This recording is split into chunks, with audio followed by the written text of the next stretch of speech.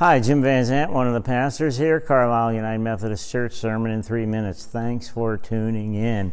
Hey, we're doing a series on the Apostle Paul here at the church.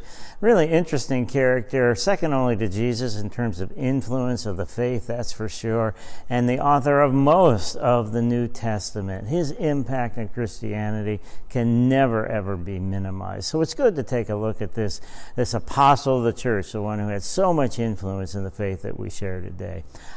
I just wanted to share with you there were two very important people in Paul's life without whom he would not have been able to do what he did. First one is the name Ananias. Ananias was the man that God sent to visit Paul when he was still called Saul, and he was nursing a blindness that he suffered. Paul has an experience. Paul has an experience. Luke tells us in his book of Acts, on the road to Damascus, where he's blinded and he sees and hears Jesus say, "Why do you persecute me, Saul?" He has an experience of Jesus. The blindness forces him to stop what he's doing, to stop his zealous persecution of Christians, and just sit and be still. And during that time, God sends this man named Ananias. It is the most significant and important witnessing and conversion moments in the Scriptures, because without the work of Ananias, Paul would not be who he was. Christianity would not be who it is. And all Ananias did was simply respond to the call of God in his life. It's the call of God to go see this man, Saul of Tarsus. The second person in Paul's life that was so very, very significant is Barnabas. Barnabas is an interesting character. He's a Jew, just like Paul. He had been converted to Christianity, lived in Jerusalem. We don't know if he had actually seen Jesus, talked to Jesus.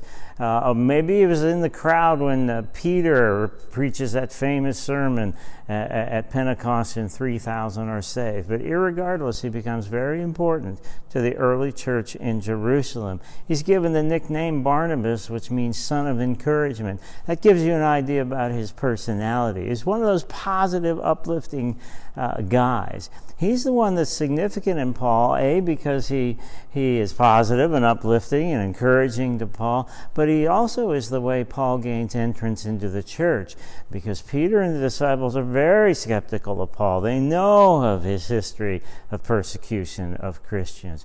But Barnabas is the one who essentially stands up and says, "Look, guys, I'll take care of this. I'm going to go with him on these missionary journeys. You just leave it up to me." Interesting thing about Barnabas, it's his funeral that we actually read about in the Scriptures, and we actually know what people said about him at his funeral. No other character in the Scriptures gets that. It tells you how important he was. The whole point of this is to say that all of us either need to be an Ananias and to be a Barnabas in other people's lives, and we all need to receive the Ananias and the Barnabases that God places in our lives. So as you look at your week this week, look around for maybe the Ananias or the Barnabas that is coming to you, and look for opportunities for you to be those two characters for someone else. Thanks for tuning in. Sermon in 3 minutes.